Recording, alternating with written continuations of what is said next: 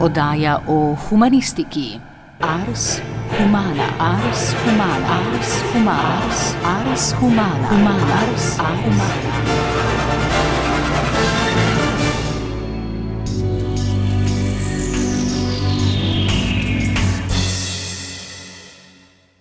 Dober dan, spoštovani poslušalci, cenjene poslušalke. Danes se začenja jubilejni 40. mednarodni festival Vilenica. Ustanovilo ga je Društvo slovenskih pisateljev leta 1986 z namenom tesnejšega povezovanja v srednjeevropskem kulturnem prostoru. Njegov idejni in 12 let tudi programski vodja je bil Veno Taufer. V pogovoru se bomo spomnili začetkov in obudili nadaljnja 40-letja festivala. Sogovornike pa smo poiskali med člani mednarodne žirije Vilenice. Z mano v studiu so letošnji predsednik žirije Gregor Podlogar, nekdanji predsednik Andrej Blatnik in dolgoletna članica Jutka Rudaš. Z njimi se bom pogovarjal Vlado Motnikar. Dobrodošli. Dober dan. Lepo pozdrav. Začnimo torej na začetku. Že pred festivalom so v tej jami potekali literarni večeri. Potem pa je vajeti prevzel v roke Veno Taufer in prepustimo prvo besedo njemu. Takole je Veno Taufer razmišljal leta 1990 ob 5. Vilenici. Torej prvič, Srednja Evropa ni imperij. Drugič, ni zgodovinsko enotna. Sploh nima svoje lastne enotne zgodovine, vendar ima reč pisano pluralnost zgodovin, ki se križajo in prekrivajo palimpsestno. Ni centralizirana, marveč kulturno policentrična. Odprta. Četrtič, ni stabilna, kar je samo po sebi umevno in iz česa sledi pomembno spoznanje. Ve, da ni samozadostna. Petič, ni določljiva, ni racionalno ulovljiva. Približujemo se ji z iracionalizmi.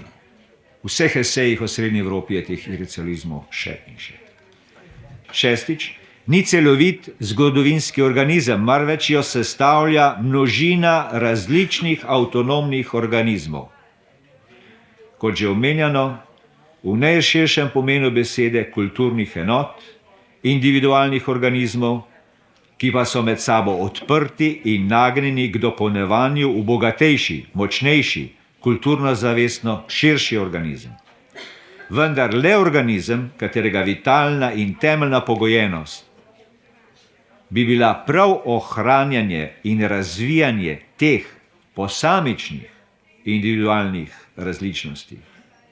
Se pravi nov, skupen palimpsest na živem presevanju starih, v delikatnem medmanjšinskem ravnotežju vzdrževana, širjena in kultivirana zavest. In sedmič, Srednja Evropa ni ustvarjanje zgodovine, temveč je praksa zgodovine. Tu, v Srednji Evropi, ne šteje volja do moči, marveč velja volja do biti, obstajanja. Zato ni bilo, ne more in ne sme postati pomembno vprašanje prvega in prvenstva, zmeraj je odločilnega pomena vprašanje drugega, naslednjega, izhajajoče iz samospoznavanja in zavesti različnosti, individualnosti, nesamozadostnosti. To je spoznanje in spoznavanje drugega, drugačnosti. Srednje Evrope sploh ni. Ni je mogoče najti na geopolitičnih zemljevidih, vendar je na zemljevidih duha. Tako torej Veno Taufer leta 1990. Jutka Rudaš, vi ste pogledali še dlje v arhive, prav na začetek Vilenice. Ja, že 20 let sodelujem z festivalom Vilenica in za današnji pogovor sem poiskala v zborniku Vilenica 1986 en odstavek oziroma začetke, ustanovitev tega festivala in bi zdaj ta odstavek rada prebrala, ker ima še dan danes veliko duhovno moč. Prosim, ja. Citiram. Društvo slovenskih pisateljev podeljuje nagrado za izjemne dosežke v poeziji, pripovedništvu, dramatiki, esejistiki, ki nastajajo v srednjeevropskem kulturnem prostoru in s posebno estetsko prepričljivostjo izražajo človeške in kulturne izkušnje narodov od Baltika do Jadrana, od Berna do Beograda. Ta prostor ni toliko geografsko zamejen, koliko ga opredeljuje usmeritev tistega duha srednjeevropske duhovne umetniške izkušnje, katero označujejo strpnost, neagresivnost, razumevanje, pluralizem, torej integracijski princip različnosti, njegova življenjska umetniška moč pa se izraža in oblikuje v posebej prepoznavnih delih ustvarjalcev na omenjenem področju. Konec citata. No, seveda tu govorimo o poetičnih in nepolitičnih zadevah.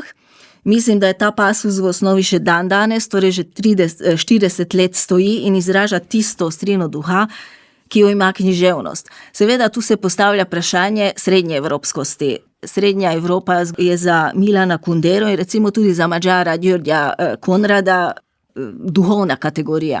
In kot pravi Kundera v svojem eseju, na Češko-Slovaškem se je počutil kot svetovljan, ko se je preselil v Francijo oziroma v Pariz, pa se je počutil ne kot Čeh, ampak kot srednjeevropejec. Se pravi, kakorkoli Vilenica že 40 let slavi kot srednjeevropska nagrada, to jo identificira, na tak način je posebna, edinstvena, svojska, ampak vemo, da se svet spreminja in čedalje se bolj globalizira, te konture meja so bolj zamegljene in je bila že večkrat ideja na sestankih Vilenice v zadnjem času, da bi se pa morda razširila, prestopila iz svoje srednjeevropskosti. No, zdaj imamo kar nekaj iztočnic za pogovor. Srednja Evropa je bila na začetku kot ideja postavljena v ta duhovni prostor, ki so ga zaznamovale razlike. Danes so razlike še večje, imam občutek, takrat so bile videne pozitivno, zdaj se malo lovimo. Pa vendar, omenili se, da je bilo to samo kulturno dogajanje, ne? Ampak družbene spremembe so pa vendar vplivale na to. Andrej Blatnik gotovo veliko ve o tem. Prav res, dejstvo je, da seveda lahko še danes vidimo Srednjo Evropo kot nek specifičen duhovni prostor, medtem ko se je politični prostor, kot je obstajal konec 80-ih let, ko se je ta festival začel, pa zelo spremenil. Najprej se je spremenil na bolje, potem zdaj včasih se spreminja tudi na slabše, če smem opazovalsko pripomniti, ampak dejstvo je, da je bil takrat festival močen kot tudi kot nek način povezovanja neke politične alternative. Sam sem bil na festivalu prvič kot aktivni udeleženec leta 1990 in ne morem pozabiti res spektakularnega prizora, ko so naši gostje iz prave vzhodne Evrope, torej tisti, ki prej niso mogli prestopati meja na tako imenovani grdi zahod, lahko odšli čez tedaj jugoslovansko-italijansko mejo na literarni večer v Devin.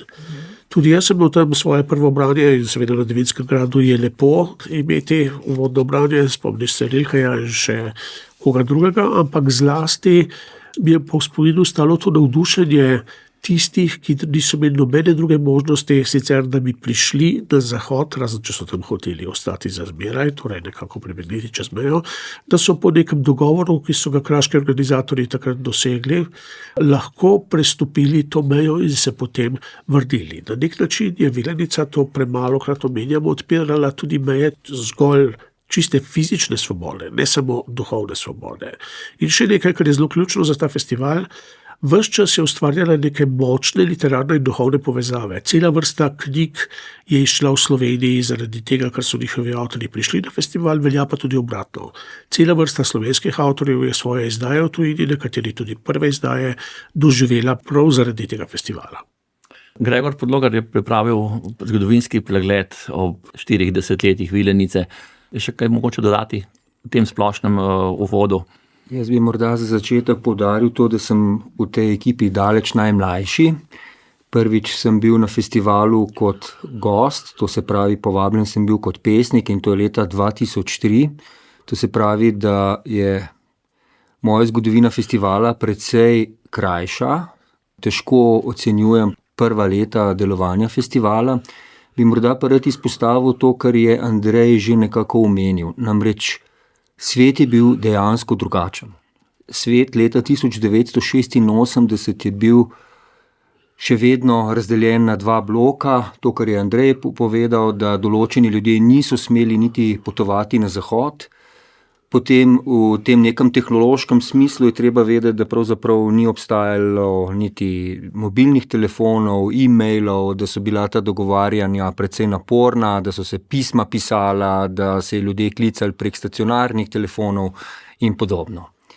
Tisto mogoče, kar je treba poudariti, je pa to, da se je ravno na začetku 21. stoletja zgodil nek manjši prelom znotraj festivala, ki pa je bil pravzaprav le kratkega diha. Mislim, da je to trajalo le nekaj let. Namreč, ko je Vilenico prevzel Iztok Osojnik, se je festival zelo internacionaliziral. Na festivalu niso bili zgolj in samo več srednjeevropski avtorji, ampak so na festival prihajali tudi Novozelandci, bila je predstavitev recimo avstralske sodobne književnosti, potem na festivalu je gostoval tudi znameniti ameriški pesnik James Tate in podobno. Skratka, ko sem jaz prvič vstopil na festival, omenjenega leta 2003, se mi je zdelo, da vstopam na svetovno mednarodno literarno sceno, ker so dejansko bili pesniki, pisatelji iz celega sveta. Pozneje je to nekoliko zamrlo, deloma to ocenjujem tudi zaradi diktata evropskih razpisov, ki so diktirali nekako, da je treba se usmerjati zgolj in samo v Srednjo Evropo. Po drugi strani pa temelj tega festivala je vedno bila Srednja Evropa, ne? Tako da v nekem tem duhovnem smislu se je ta festival vedno s tem prostorom v kulturnem, literarnem in tudi drugih pomenih povezoval. So pa prihajali gostje, ne moramo reči iz vsega sveta po tem nadaljevanju, ampak z vse Evrope pa vendarle, ne? Od Irske, Portugalske, Španije do vzhoda.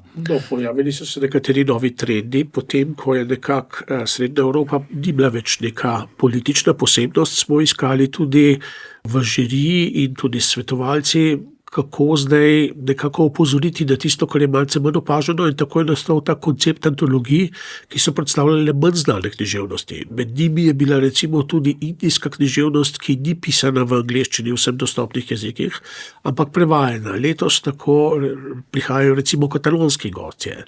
Prišli so pisatelji, ki so prišli z Irske in so pisali v irščini. Tako je šla recimo tudi antologija slovenskih avtorjev v irščini in še bi lahko našteval Stik iz Baske in tako naprej. Na nek način je Srednja Evropa tako kazala tudi nekaj več razumevanja za tiste, ki so se morali soočati ves čas z večjimi kulturami, kar je bila tudi na nek način njena usoda. Gregor, bi še nekaj dodal, potem Jutka. Morda še to, da ko se je začel literarni festival Vilenica leta 1986.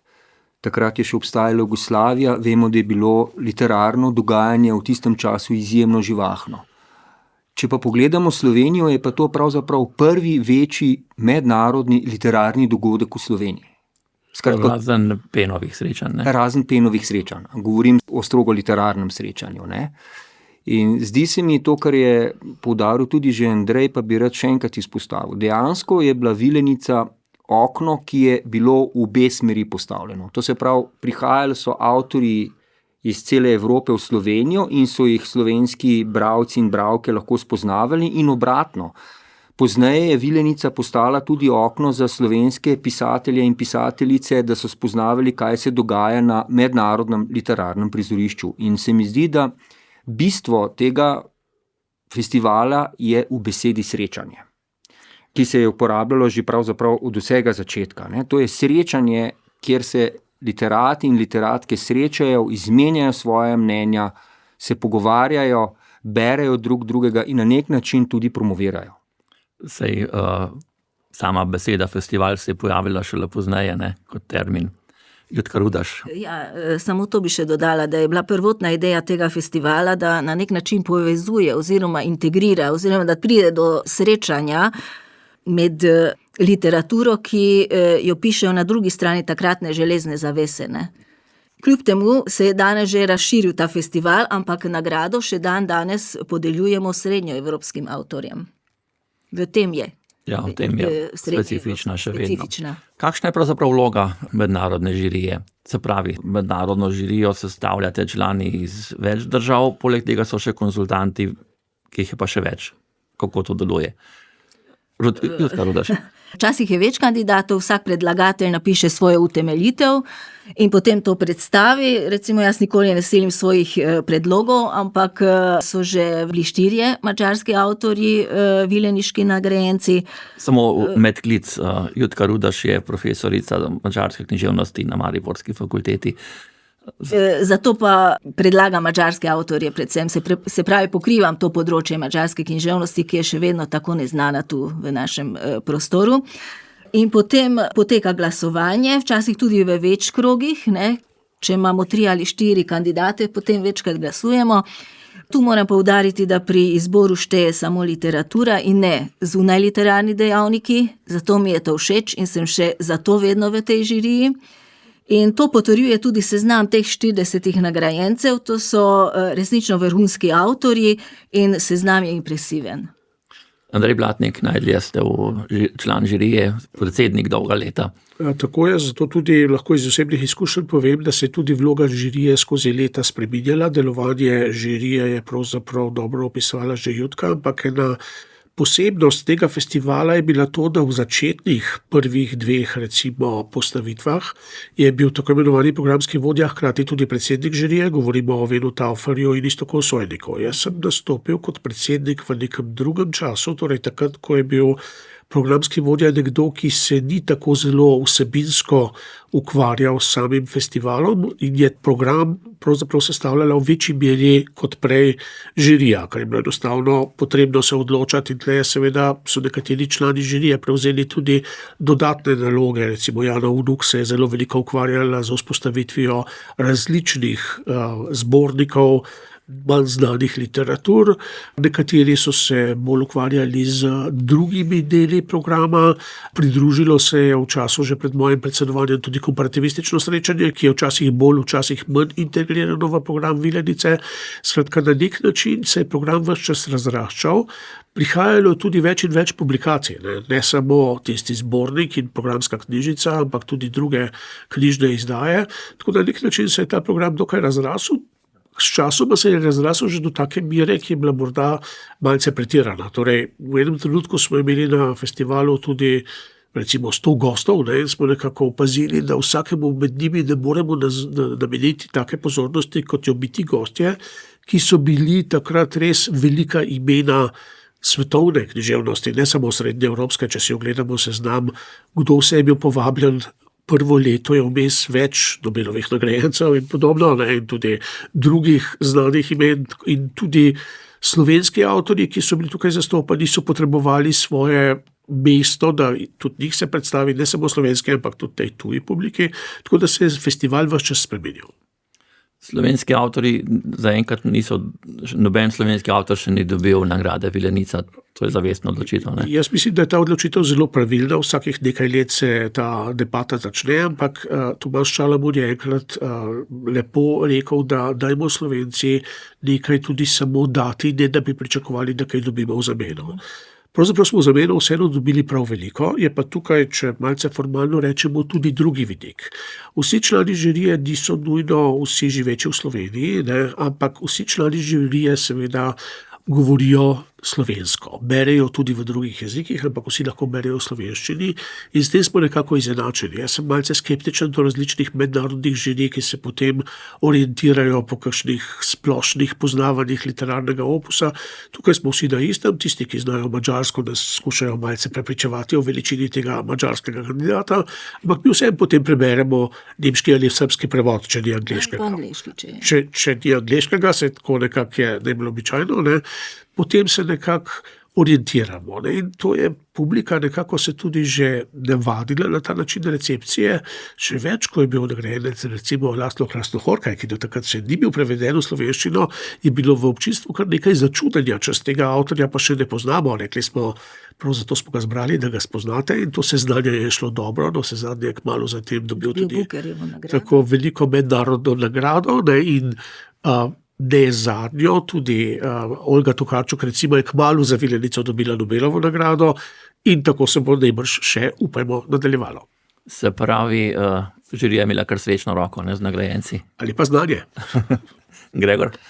Jaz sem hotel dodati še to, da ko zdaj govorimo o avtorjih, ki so bili nagrajeni, je pomembno izpostaviti in poudariti to, da dejansko je velika večina avtorjev in avtoric, ki so bili nagrajeni, dobila tudi knjigo v slovenščini, knjižno objavo, ne. Tako recimo vemo, da prvi nagrajenec je bil Tomica in da je takoj naslednje leto že izšel njegov znameniti in zelo zanimiv, danes zelo aktualen roman Mladoporočenca iz ulice Roseti. Potem je pa tu cela kupica avtorjev, ki so pravzaprav močno zaživeli v slovenskem literarnem prostoru, pa če jih nekaj recimo omenim, recimo Mircea Cartarescu, Olga Tokarčuk, David Albahari, že omenjeni Laslo Krasnohorkaj, pa Dubravka Ugrišić, pa Joachim Topol in tako naprej in tako dalje, da ne naštevam. Skratka, hočem poudariti to, da je res mnogo literatov v slovenščini zaživelo ravno zaradi Vilenice. Zdaj se postavlja vprašanje, kakšen je pravzaprav pomen, smisel festivala Vilenica in tudi drugih festivalov navsezadnje. Novinarji se oprijemljamo tistih točk, ki so pač najbolj konkretne nagrajencev, tematike, okroglih miz. Pak to ni vse, ne, na festivalih. V nasprotju z nekim splošnim prepričanjem, da so literarni festivali nekaj, kar obstaja od nekdaj, pravzaprav ni tako, ne. To je sorazmerno novejša iznajdba literarnega življenja. Seveda so pisatelji od nekdaj, od praskupnosti, pravzaprav, če se malce niti ne pošalim, javno predstavljali svoje delo, ampak prav ta festivalska oblika se je pa izrazito oblikovala v sredini 80-ih let iz nekega specifičnega razloga, namreč takrat so pisatelji v zahodnem svetu začeli izgubljati svoj javni glas. Ni bilo več tega, da bi, ko se začne vojna v Gazi, nekdo prosil Draga Jančarja za 4-stranski komentar v sobotni prilogi, če malce to dajem v današnje razmere. In za tega so ti festivali postali neko zatočišče za pisatelje, da so lahko tam prvič izmenjevali medsebojne poglede na važne življenjske zadeve, hkrati pa, da so tudi dobili koncentrirano publiko, ki so te stvari zanimale. In sam kot recimo dolgoletni očividec Vilenice sem videl, da so bili ti dogodki takrat v 80-ih in tudi še v 90-ih izjemno množično obiskani. Ljudje so prihajali na posvetovanja, je bilo po 200-300 ljudi, ki so poslušali neke okrogle mize, zelo veliko jih je prišlo tudi na podelitev same nagrade. Skratka, takrat je bil enostavno ta glas nekaj zelo specifičnega in močnega, medtem ko, če zdaj preskočim desetletja, se mi pa zdi, da imajo danes festivali še izjemno močno vlogo v več pogledih. Nekateri pravijo, da zato, da založniki lažje prodajajo svoje avtorje publiki, ampak to pri Vilenici nikoli ni bilo v ospredju. Glavna naloga festivala je zlasti to, da na nek način ohranja ne samo prostor svobode za izrekanje mnenja, ampak tudi, da na nek način ustvarja neko pisateljsko skupnost in to skupnost tudi povezuje z zainteresiranim občinstvom. Podobno počnejo tudi številni literarni festivali drugod po svetu. Kaj pa ta neformalna plat? Gregor Podlogar, mogoče več o tem. Jaz bi najprej samo še dopolnil Andreja, potem pa prešel na to neformalno plat. Mislim, da je pomembno izpostaviti to, da je festival Vilenica eden najstarejših neprekinjeno delujočih mednarodnih literarnih festivalov v Evropi. Seveda smo v takratni Jugoslaviji že imeli recimo pesniški festival v Strugi, pa vendar zdi se mi, da je treba izpostaviti to, da pravzaprav gre za res dolgo in močno tradicijo. Tisto, kar je treba še dodatno izpostaviti, je pa to, da kar je Andrej nekako ne čisto eksplicitno izpostavil, je to, da je šlo za vedno nekako insajderski festival. To, kar smo nekako že nakazali. Skratka, festival je poskušal združiti čim več različnih akterjev na področju literature, založnikov, avtorjev, promotorjev in jih zbrati na enem mestu, da se pogovarjajo, da razmišljajo, da nastopajo. In to je tisto, kar se mi zdi, da je festival ves čas nekako vzpostavljalo. Da je to tisto, kar pravzaprav je dajalo tudi festivalu neko posebno energijo. Namreč, ko se je pač po nekaj dneh, ko so se ljudje spoznali, ali pa če so se spoznali že odprej, je ta festival res zafunkcioniral kot neka druščina, kjer so potekala različna dogovarjanja, tudi za objave v tujini, pa za nastope, pa navsezadnje tudi za spoznavanje drugih nacionalnih literatur. Se pravi, literarna skupnost kot osebno povezana tudi. Tako. Morda še to, da zdaj vemo, da recimo te najbolj znani evropski literarni festivali, kot so Berlinski mednarodni literarni festival, pa Edinburški mednarodni knjižni festival, pa Pesniški mednarodni festival v Rotterdamu, pa nam bližnji recimo Pordenone Legge, to so res festivali, ki imajo res ogromno publike. Sam Andrej lahko to potrdi, midva sva oba gostovala naslednjem na festivalu Pordenone Legge. Ljudje dobesedno 1 uro čakajo pred nastopom v vrsti, da pride v dvorano, v kateri nastopa avtor. Ne?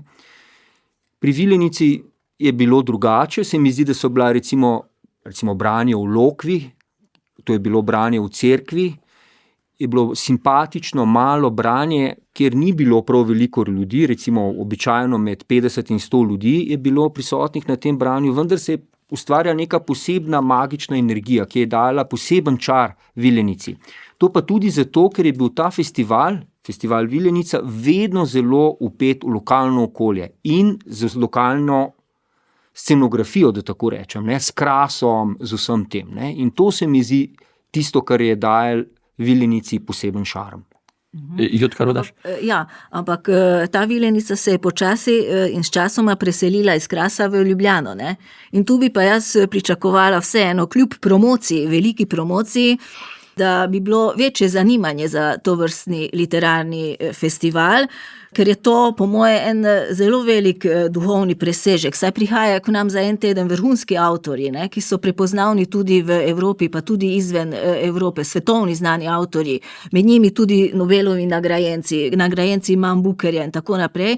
Potem imamo disputacije okrogle mize, kjer so zelo aktualne teme in kljub temu niso obiskani ti dogodki. In to me na nek način žalosti oziroma preseneča. Po drugi strani je pa to stanje duha, ne, in stanje sveta, v katerem živimo. Vse je površinsko, ni globine. Ne. Bistvo literature je pa globina človeška. Andreja Blatnika, Srbi jezik videl. Jaz bi šel za hip še korak nazaj, ne, in omenil to, da to, kar je Gregor rekel, je seveda zelo pomembno. Ne. Ta lokalni kolorit naredi marsikateri festival ali pa ga ne naredi, ne, in tukaj je ta kraška komponenta, omenili smo že nekaj ljudje, ki so pri tem sodelovali, ves čas je sodelovalo tudi Kulturno-umetniško društvo Vilenica na Krasu in recimo pri samem začetku festivala je bil zraven Aleksandar Peršolja, kasneje je prevzela njegovo delo oziroma delo prejšnjih soorganizatorjev, tudi Tinkara Kovač in še nekateri so precej pripomogli k temu, da je ta festival imel ta specifični lokalni žmoht, če tako rečem, ki je tudi marsikomu od gostujočih ostal v zelo dobrem spominu. Cela vrsta avtorjev, ki so bili na festivalu, so napisali pesmi, kratke zgodbe in tako naprej, kjer so se pojavljali lipicanci, podzemne jame, rezina pršuta in kaj podobno. Ne. To vidimo trivialno, ampak na nek način pokaže, da je to ustvarilo neko atmosfero. In še nekaj. Vilenica je bil obvladljiv festival. Ti si prišel na festival in večino ljudi, ki so bili na festivalu, si osebno spoznal in z njimi nekaj besed spregovoril. Sam sem bil na nekaterih največjih literarnih festivalih sveta, recimo v Torontu in pa v Jaipurju v Indiji, samo tam je situacija nekoliko drugačna. Avtorjev je zelo veliko. Karla Oveja Knausgarda sem videl samo na odru in samo podpisal mi je knjigo, z njim nisem imel priložnosti govoriti. Z Margaret Atwood sva izmenila 2 besedi v Indiji, medtem ko si prišel na literarni festival kot gost, lahko kot opazovalec, si lahko prišel do recimo avtorjev, ki so te zanimali, kot Alexander Hemon, z njim spregovoril, morda pojedel večerjo ob njem, poklepetal in morda sklenil kakšno dolgoletno dopisovanje ali kaj podobnega. Skratka, tukaj je bil ta festival res prijazen do uporabnikov. Gregor Podlogar. Jaz sem hotel še to dodati, kar zdaj je omenil Andrej, da tisto, kar je mogoče bistveno, je to, da se je Vilenica v največjih izvedbah pravzaprav dogajala na eni lokaciji, to se pravi v Lipici. Vsi avtorji so bili nastanjeni v Lipici. Moramo vedeti, da je tudi Lipica bila drugačna, kot je danes. Pravzaprav sta bila na voljo 2 hotela, to sta Maestoso in Klub, in ko iz osebnih izkušenj lahko povem, da hotel Klub je bil zaprt. Dolga leta je bil klub zaprt in so ga odprli samo za priložnost festivala. In to je bilo nenavadno. To je bilo tako, kot da bi se znašli v nekem filmu, recimo Kubrickovem filmu Shining. Namreč vse hotelske sobe so bile prazne. Samo v določenih sobah so bili nastanjeni literati in literatke in pravzaprav je bil cel hotel, prazen hotel na voljo za srečanja, za posedanja v lobiju, kjer ni bilo nikogar in tako naprej. In to je bilo fantastično. To je bilo nekaj neverjetnega, da se je kaj takega lahko zgodilo. Ne? Pozneje se je pač zadeva profesionalizirala, hotel Klub so zaprli, velik del gostov je bil preseljen v hotel potem Maestoso in tako naprej in tako dalje. No, zdaj pravzaprav praktično se festival Vilenica v Lipici ne dogaja več. Bi pa ob tem rad še poudaril to, naj spomnim, da so festival vodili zelo različni ljudje in vsak od njih je na festivalu pustil svoj pečat. Najprej in najdlje je Vilenico vodil Veno Taufer, od leta 1986 pa vse do leta 1997, ko je vodenje festivala prevzel Iztok Osojnik. Ta je to funkcijo opravljal do leta 2004. Pozneje pa se je zvrstilo še več programskih vodij. Od leta 2005 do leta 2009 je bila to Miljana Cunta. Med letoma 2010 in 2012 Gašper Troha, v letih 2013 in 2014 Maja Kauzer-Hudej, leta 2015 Nana Vogrin, pa potem v letih 2016 in 2017 spet Maja Kauzer-Hudej, no med letoma 2018 in 2024 pa znova Nana Vogrin. In še z letom 2025 je novi programski vodja postal Miha Mavrič. To se mi zdi pomembno poudariti, kot sem že dejal, vsi te so pustili pomemben pečat na festivalu in ga po svoje tudi oblikovali.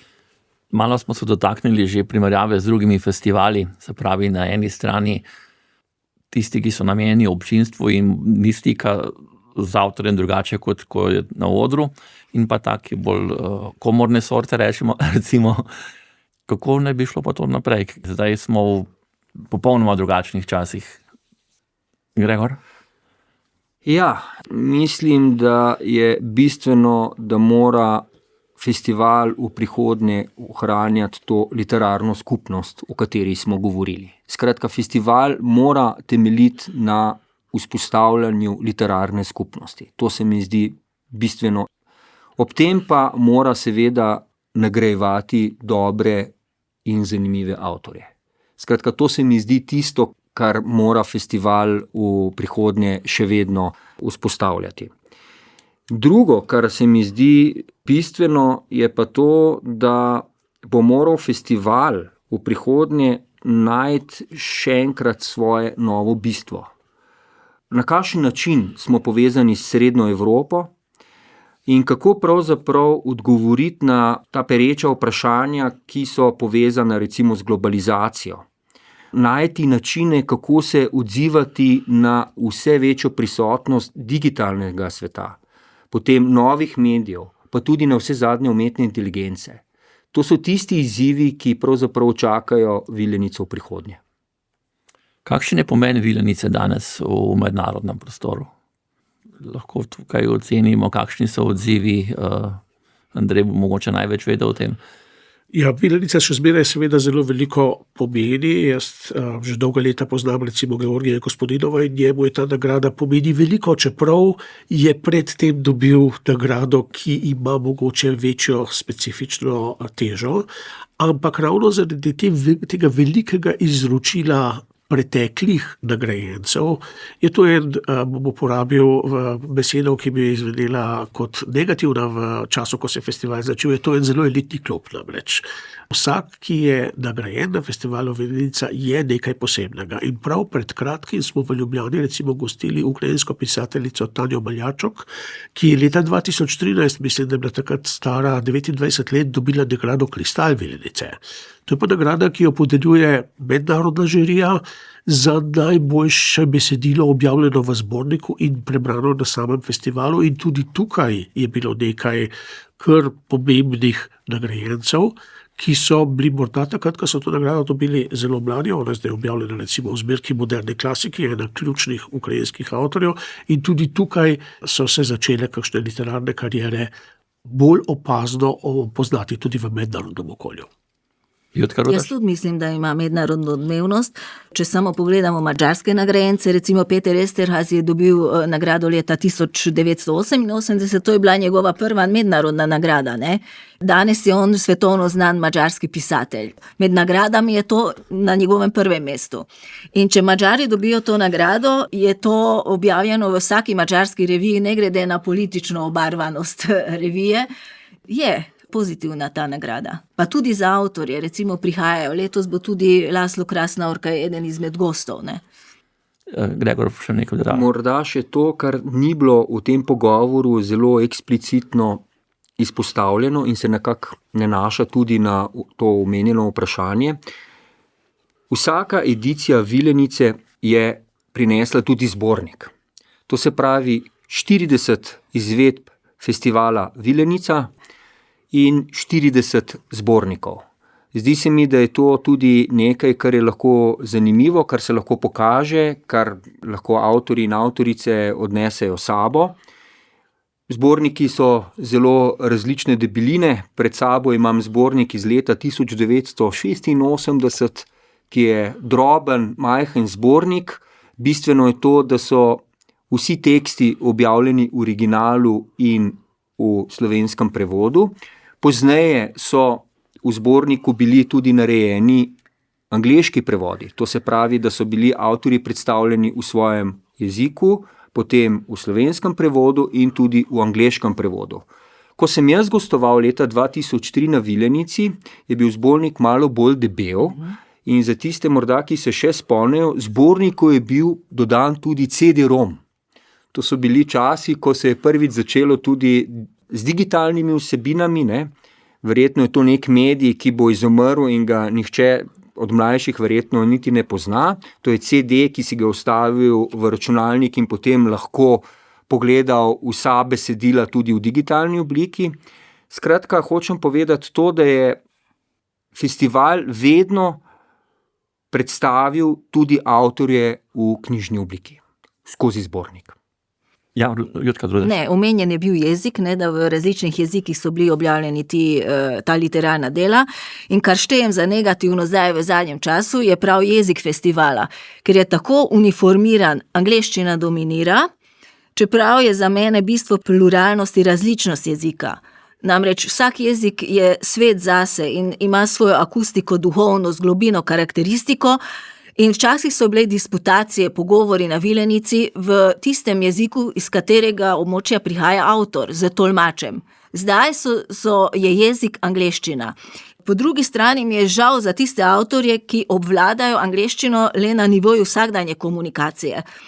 In se na okroglih mizah enostavno ne znajo izraziti svoja globoka razmišljanja in tukaj dominirajo avtorji, ki so recimo jezikovno močni v angleščini, duhovno pa manj. In mene zanima duhovna globina in ne jezikovna dovršenost v angleščini. In tu bi jaz šla korak nazaj, da bi se avtorji pogovarjali v svojem lastnem jeziku in bi te misli njihove tolmačili.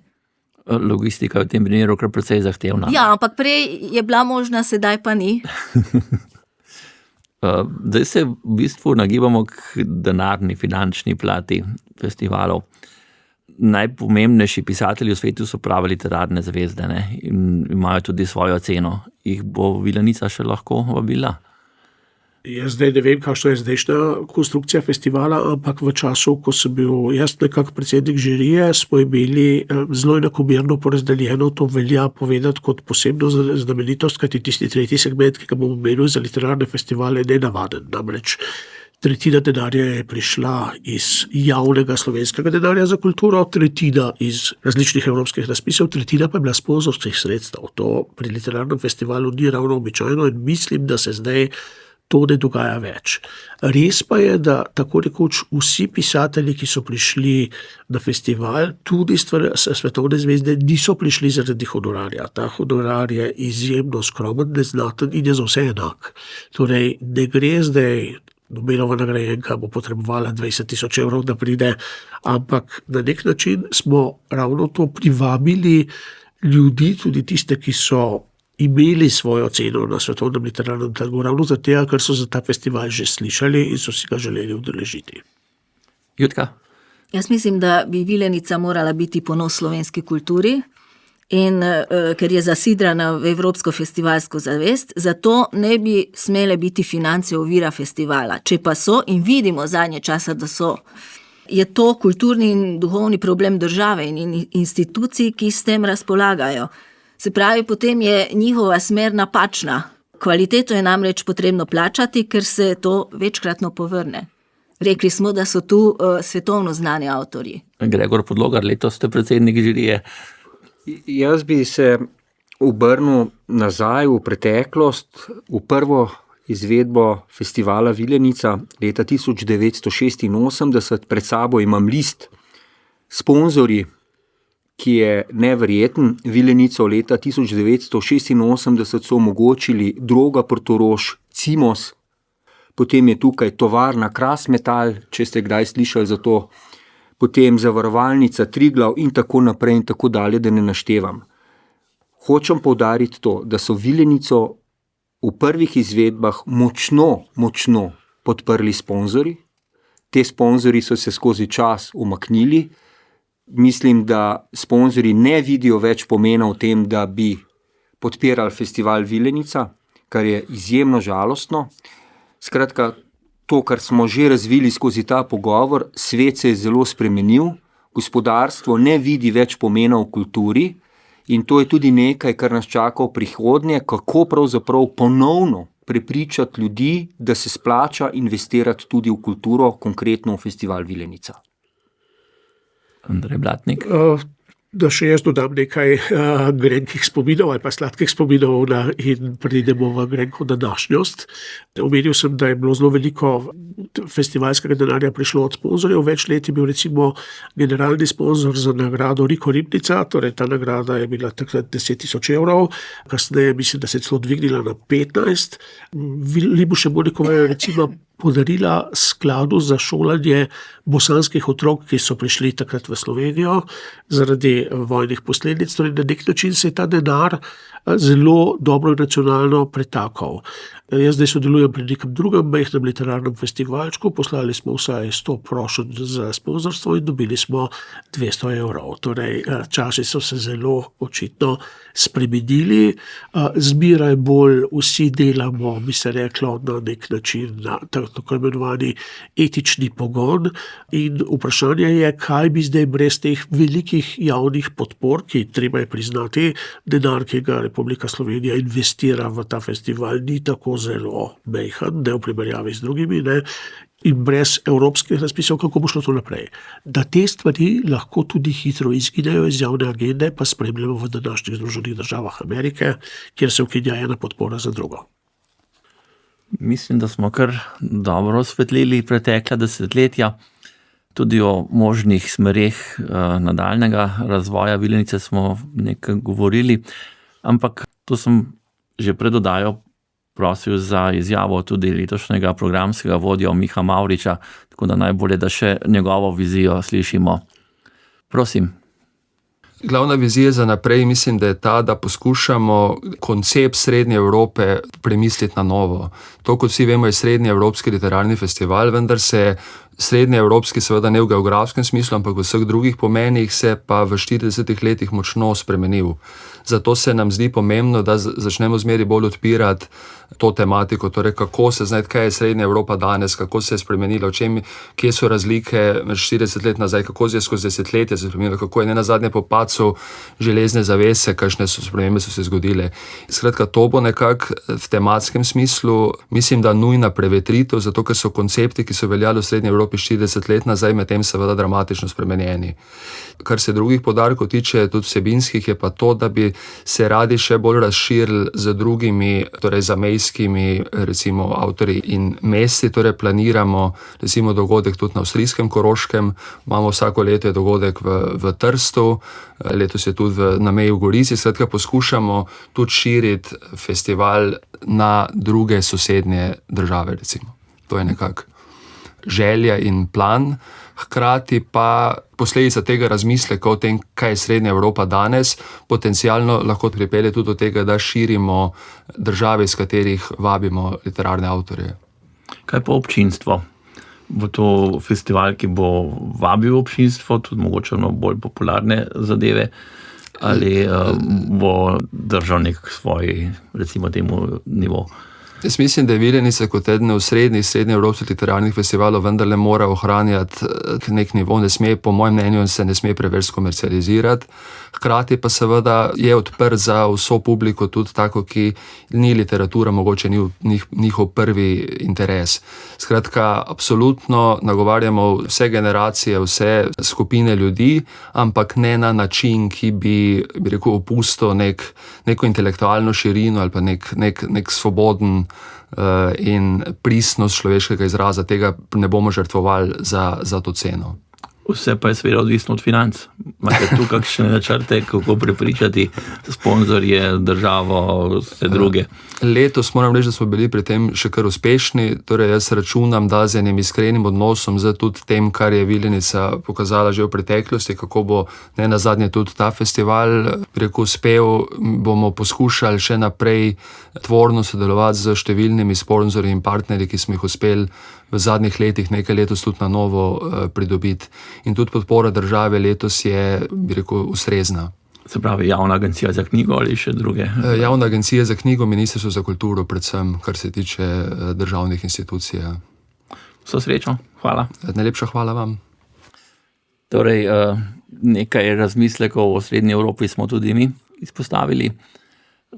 Tu bo mogoče res treba razmisliti, kako naprej, ali širiti ali ožiti prostor. Občinstvo mogoče. To so zdaj strateške odločitve, ki jih prepuščamo vodstvu in pa seveda žiriji, kako se usmeriti za naprej. Gostovanja v zamejstvu so pa že bila, to pa lahko rečemo. Naj še kaj dodamo, nismo govorili o okroglih mizah, te so odpirale pač trenutno aktualne teme, ves čas o načinu pisanja, o družbenih razmerah, o vlogi pisatelja, bralca. To najbrž lahko ostane, ne? Kaj razmišljate o tem? Mislim, da to lahko ostane. Mislim, da je to vedno bila ključna postavka oziroma temelj festivala Vilenica. Tisto, kar bi jaz morda izpostavil, je to, da zadnji festival, ki sem se ga udeležil v tujini, je bil festival Litfest Mumbai. To je eden največjih literarnih festivalov v Indiji. In tisto, kar me je presenetilo in tisto, kar je ukvirjalo festivalsko dogajanje, je bil festivalski prostor. In to je tisto, kar trenutno pogrešam sam na Vilenici. Skratka, prostor dogajanja, kjer se ves čas nekaj dogaja. Konkreten primer, na omenjenem indijskem festivalu je bil trg in na tem trgu je bila recimo poslušalnica plošč. In vemo, da so se plošče, vinilke izjemno vrnile nazaj, da mladi spet kupujejo in poslušajo vinilke in bil je štand. Mladi udeleženci so prišli, vzeli ploščo z branjem indijskega avtorja in poslušali to na slušalke. Zraven je bila recimo tabla, na tablo so lahko zapisovali svoje verze. Sredi tega prostora je bil bar, ljudje so sedeli, se pogovarjali. Zraven je bil antikvariat, kjer so ljudje lahko kupovali rabljene knjige. Potem je bila indijska knjigobežnica, to se pravi izmenjevalnica knjig. Ljudje so prinesli svoje knjige in odnesli druge knjige.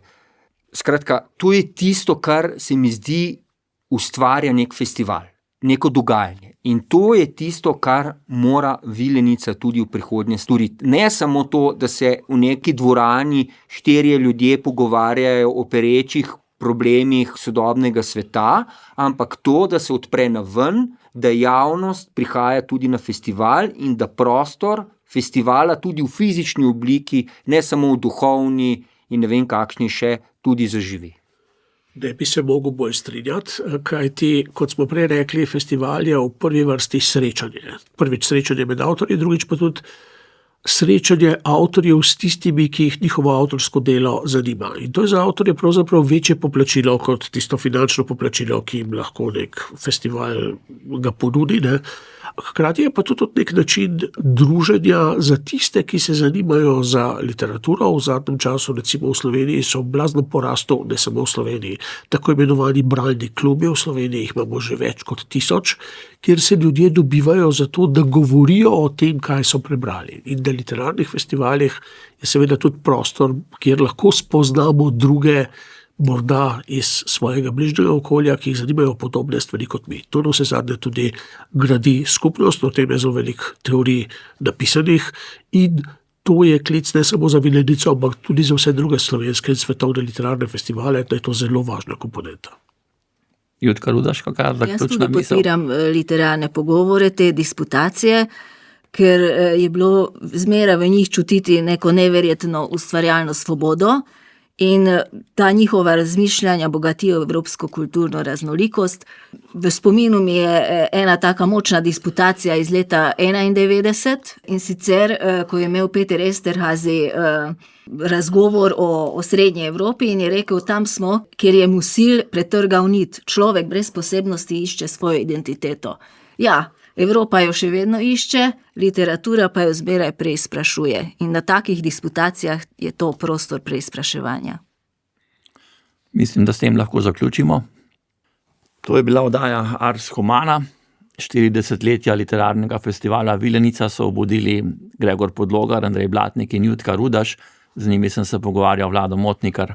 Tehnična izvedba Liam Samsa. Oddaja o humanistiki.